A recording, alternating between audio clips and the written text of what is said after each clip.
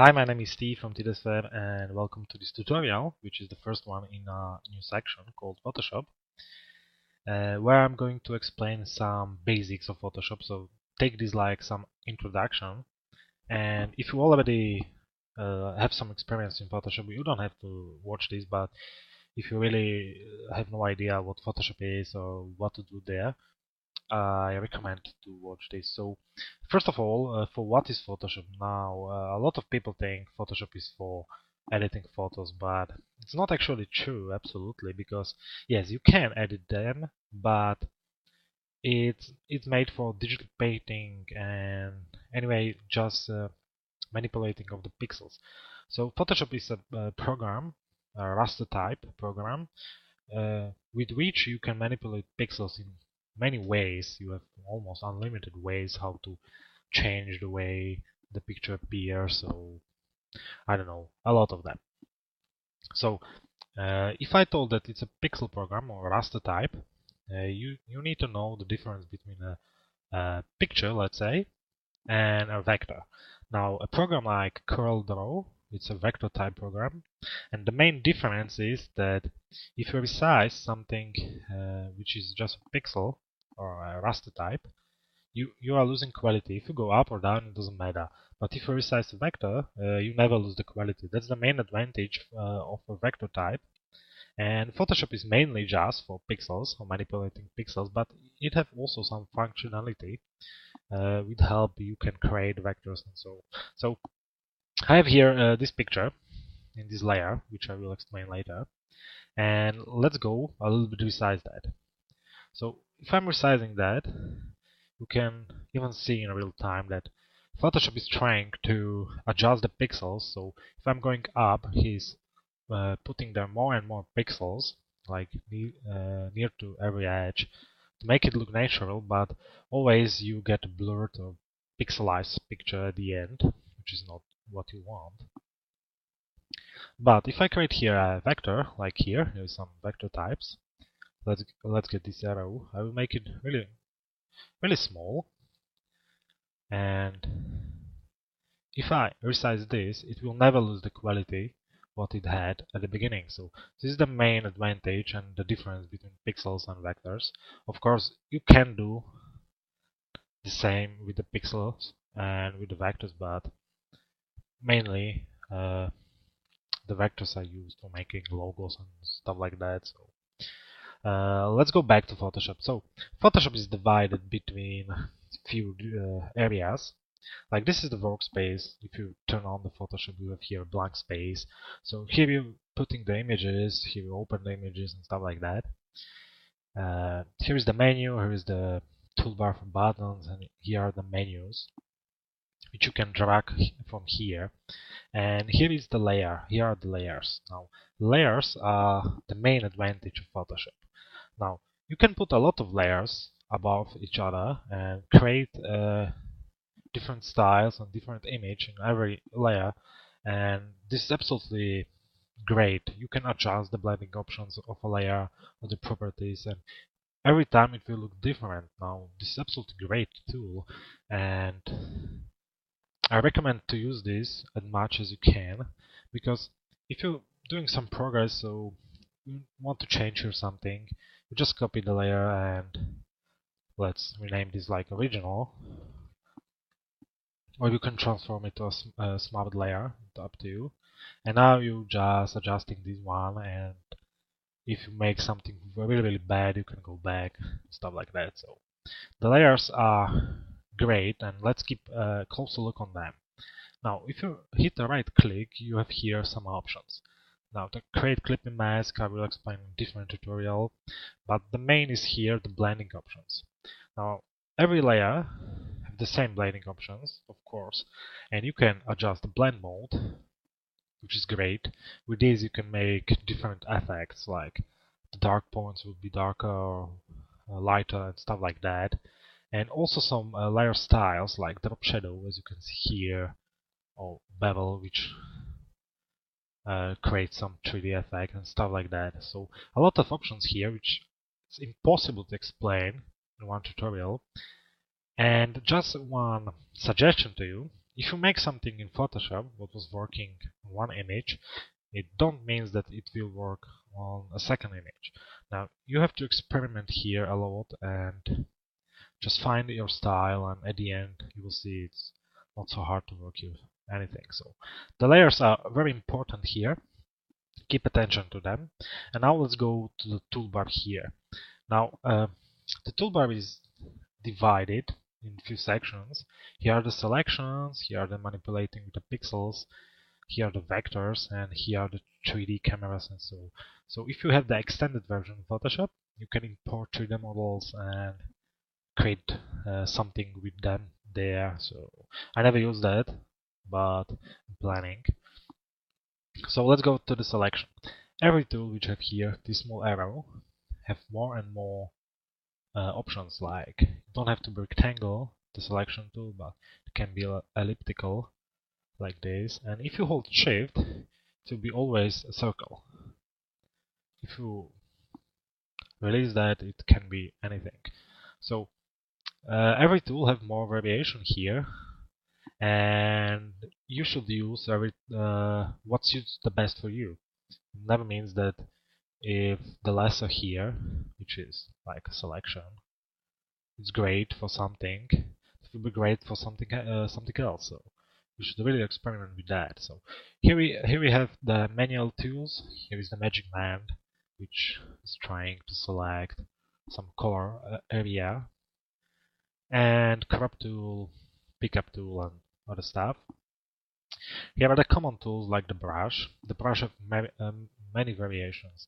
If you right click on the workspace, you can adjust the size and the hardness. So if it's 0, it's very blurry like this. If it's 100, it's very sharp.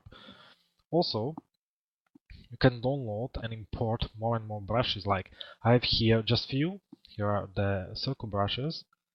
Then I have no idea what is this. Some kind of pens or something. And I have here, I think, scratches or cracks. So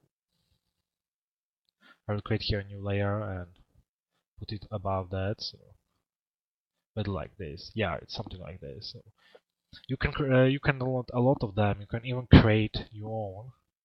And really, the net is full of different brushes. So if you need to create some angel wings, you don't have to paint them. You just download them from the net and use. So all brushes are in vector type. Mostly, not all, but mostly.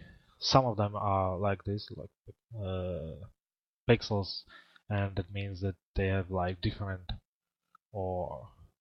area of use, but it's not the term of this tutorial. So let's go further.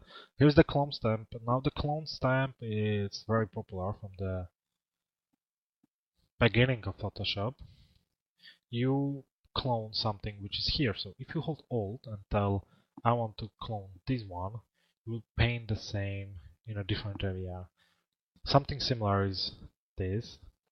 It's healing brush, and it have two options. Just paint of something, like I don't want this here, and he will look around and try to fix that. Now this is very bad, but why? It's very easy, because I don't have a background there. So if I put here up the white background, hit Ctrl E, which will merge the layers, I can now try to brush against that, and as you can see, he found here something and he made it white, here not, because I used just a small area. Now let's go like bigger. Yeah, almost great. So it's a very useful tool.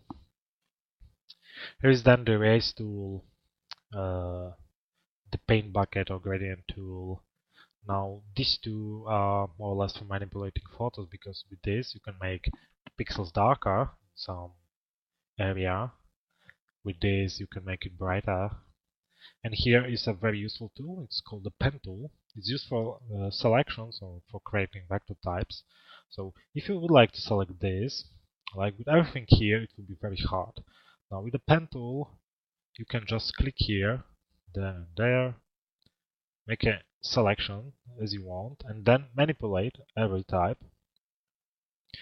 like in 3D Max, like you'll make it rounder and stuff like that. Now let's zoom on that. And as you can see, you can make round shapes. So if you need to cut out an apple, the pen tool is great for that. And here in this, you have the parts, and here is the part. So I will delete it so far. Type tool, some vector types, and other tools which you can find here. There are really a lot of them. You need to get in touch with them slowly and find which is the best for you and in which situation is the using of them the best. So let's go here. So I have here the panel. It's not like start Photoshop and you have everything like me here, but you can customize this as you want. Here in Window, you have all these windows on the right, and you can turn them on or turn them off, and whatever you want. It's for that, like I'm using a lot the history, so it's good to have it here. I can go back in every point, which I do. I'm also using a lot of the layers, the channels, and the paths, so it's great to have it here. This I don't use, but I like this, so I'm keeping it here. Use the navigator and a lot of more tools like adjustments panel, then the masks and other stuff. So you can customize this on the right using this. And another great function in Photoshop is this ruler here. It's not turned on default, I think, and in view you can turn it off or on. Now the main advantage here is not that you can see the pixels which are here, but that if you left click here and drag a selection, you'll make a guide. Now this is absolutely great if you design something, because if you have to put everything in some line, in some invisible line, like the text, you can do it like from your eye or make some object, or you can just make here the guide. And if you turn this on, the snap, all objects which you are moving are trying to drag or snap the guide. So this is a very useful tool. You can delete them vertically or horizontally, it's up to you. And it's widely used for everything. Like, you should use that. Okay, let's go more here. Here are the filters. Now, filters in Photoshop are divided in many sections like artistic, blur, noise, sharpen, and other stuff. So they are for manipulating the pixels or making some effects. Like the blur, it's very useful if you need to remove noise a little bit. It's better to use just blur on a different channel or surface blur. It is like for experimenting, like what is useful more to you. And if you apply on a different channel different amount of blur, you can achieve that the edges of the picture will be still sharp, but inside the noise will be removed. So, with the filters, or if we go to the filter gallery, you can do a lot. Now some painting and other stuff. Really, there are a lot of options, a lot of settings, and it's really just up to you, like everything in every tool or every option, like how you will use that or what you will make from the final image. Now I will close this and go here. Now here I have a nice picture which I don't want it from a forest. Now I will show here some settings and manipulating with the colors. So here are the channels. Now if you zoom on that, you can see that every channel is have different amount of noise, and I think this one is the most like this everything here is more than noise, some bad quality.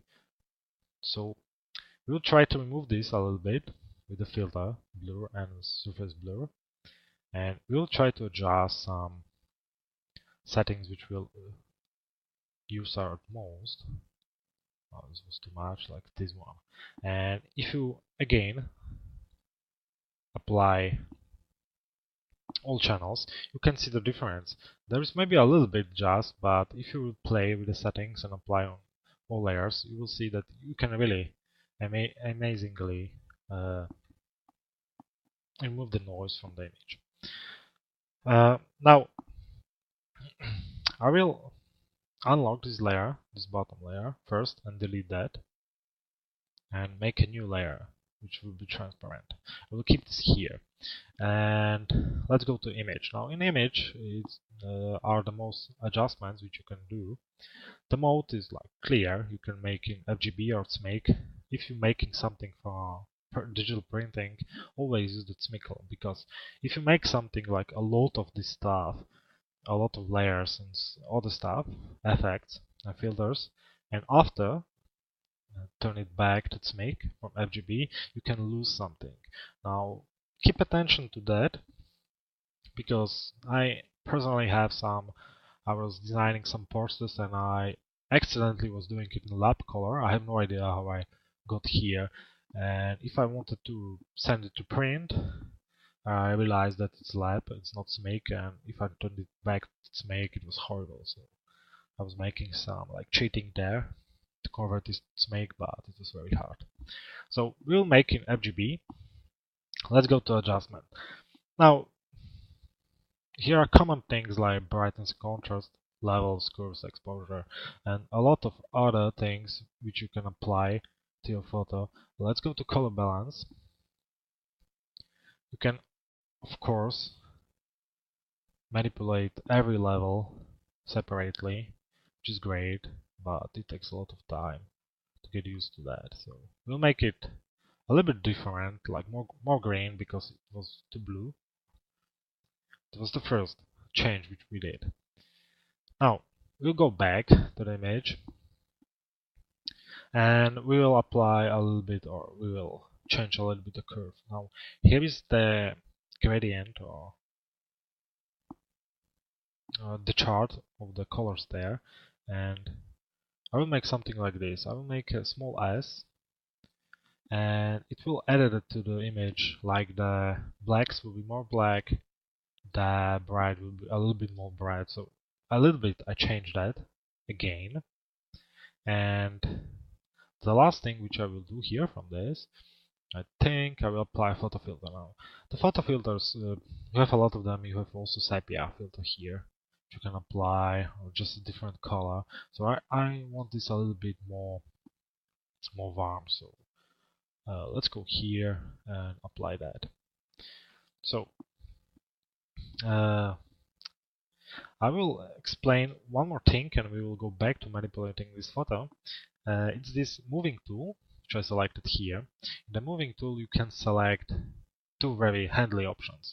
One is this, show transform controls. With that, you can just resize and rotate or whatever, and auto select. Now the auto select is used when you need to select some layer, like you see, it automatically jump there, and you don't have to go to layer manager. You can directly select it just by selecting the image or the part of the image. This is useful when you don't have a lot of layers there. If you have a lot of them, it's a little bit hard to select the right one, but this is very useful, and I think you will appreciate this, because not many people turn this on. I even didn't know that for many years that something like this is there. Just someone told me, so I'm using this from that time every day. So, but let's go back to the introduction. Now I will jump here. Next to image is edit. Now in edit, you have some nice function to copy paste, like in every program. Then you have fill and stroke. Now stroke is used when you do a selection and you want to stroke this, like this line should be like black, so you can stroke. Fill is like the paint bucket. Then you have these two new functions, which is in CS5, and then transform. Now you have different ways how you can transform, because here in image you can image rotation, but it will not rotate the layer but the whole image. So if you want to rotate just the layer on which you are, you will go here to transform and apply something, warp or something other.